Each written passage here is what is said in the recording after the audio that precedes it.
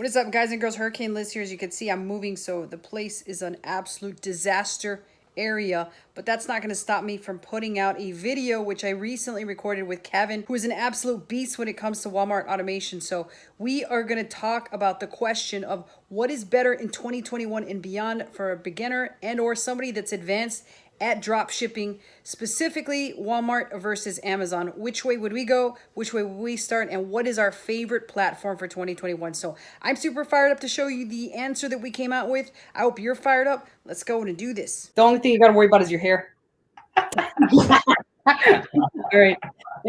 All right. So I'm live here with Kevin and the question of the day today. So Kevin and I thought we'd hang out. We talk about Walmart automation. We both obviously have stores from Walmart automation. If you don't know what Walmart automation is, we are going to have a noob's guide to what Walmart automation is.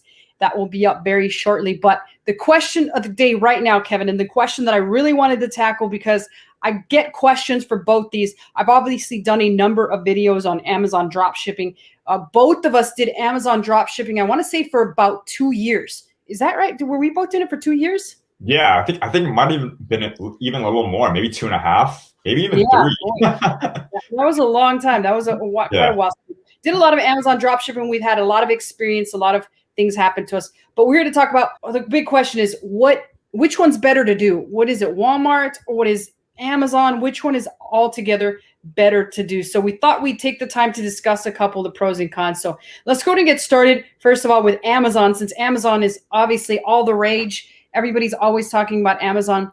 And let's talk about the pros of Amazon, Kevin. So one thing that I found, and I'll go ahead and get started in general, is that Amazon's, I feel like their application process is a lot more straightforward. You kind of almost know what they need. They pretty much just ask you for, hey, you need your social security. If you need that, you need your driver's license, you need a passport, and you need to get with us on a Zoom call. So even though it's gotten more and more difficult over the years to get into Amazon, I feel it's a lot more straightforward than, say, the Walmart application process, which I know we found a number of problems with, but would you agree or disagree with that? Yeah, I would completely agree with that. So I think especially when we first started applying for Amazon, extremely straightforward. We actually didn't even need to get on the Zoom video call back then.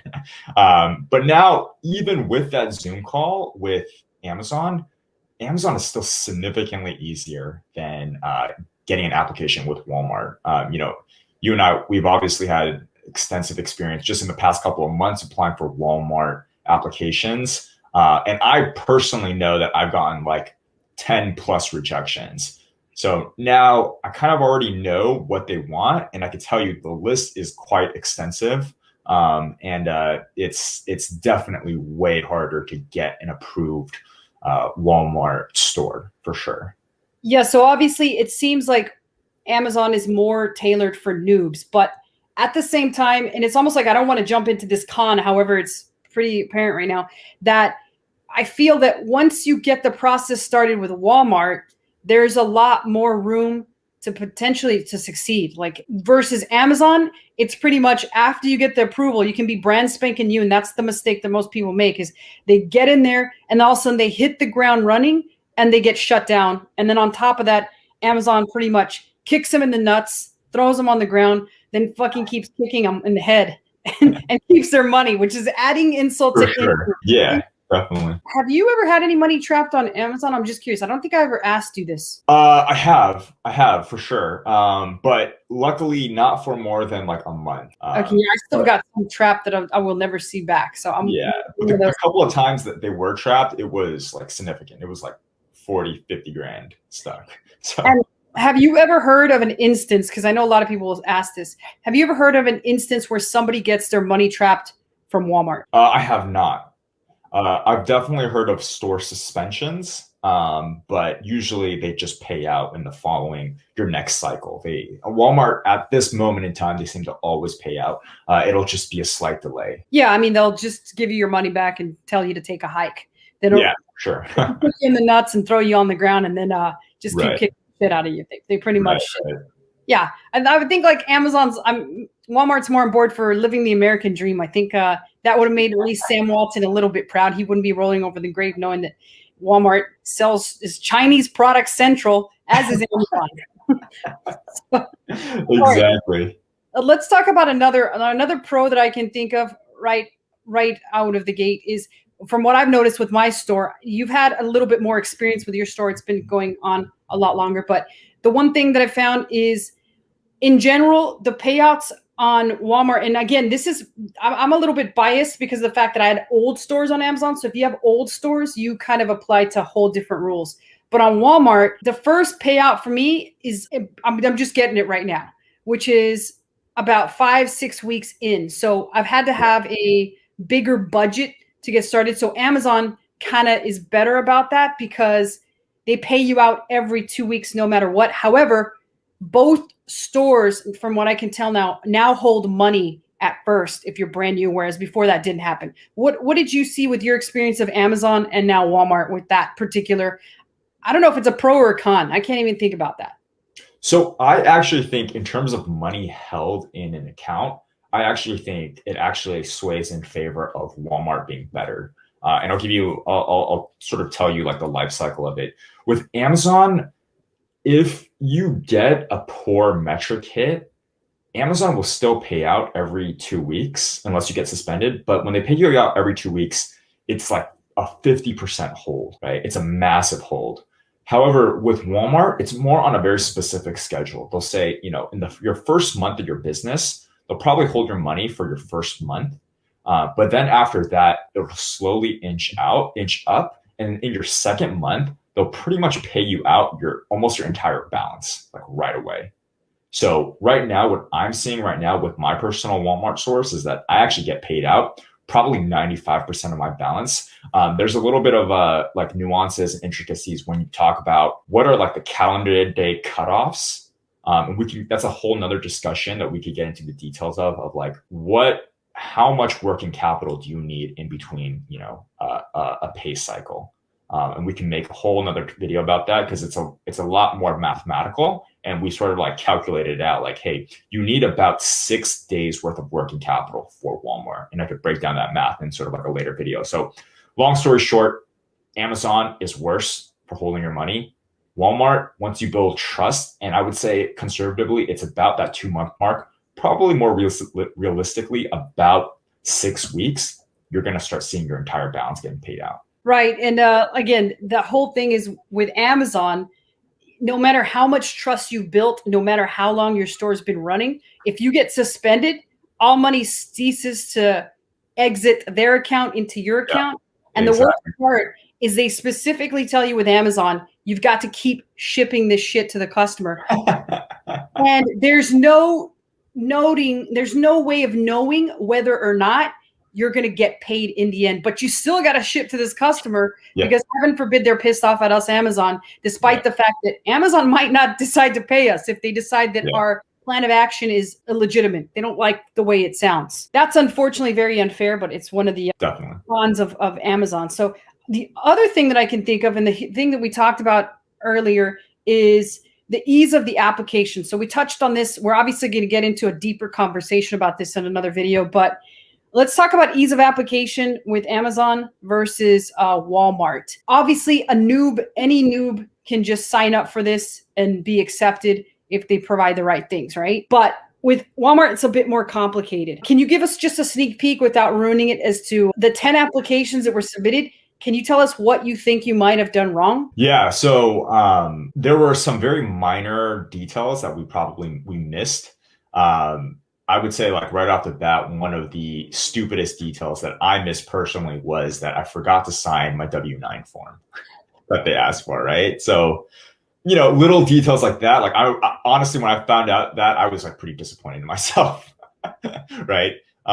Little minor things like that. If you miss, like, it doesn't matter how good your other parts of your application are, like, you're not going to get admitted, right? But I think at the end of the day, one clue that I'm going to give sort of like the general public is like, what is a Walmart trust and safety employee looking for, right? When they see a Walmart application, at the end of the day, they want experienced e-com sellers. So how do you prove to Walmart that you're an experienced e-com seller, right? I don't know how detailed we want to get into that at this point, but in order to prove that to them, you're going to need to submit essentially evidence to make your case to say, hey, Walmart, I'm a good fit for your platform, right? And so that is what they're looking for, right? So if you're just filling out forms, sending in, your articles of incorporation, I'm going to tell you right now, that's probably not enough, right? In your opinion, Kevin, could somebody that's completely brand new get accepted for Walmart without having any experience with e-com whatsoever? Could they really get through the trust and safety team, which for people that don't know, that's the team that decides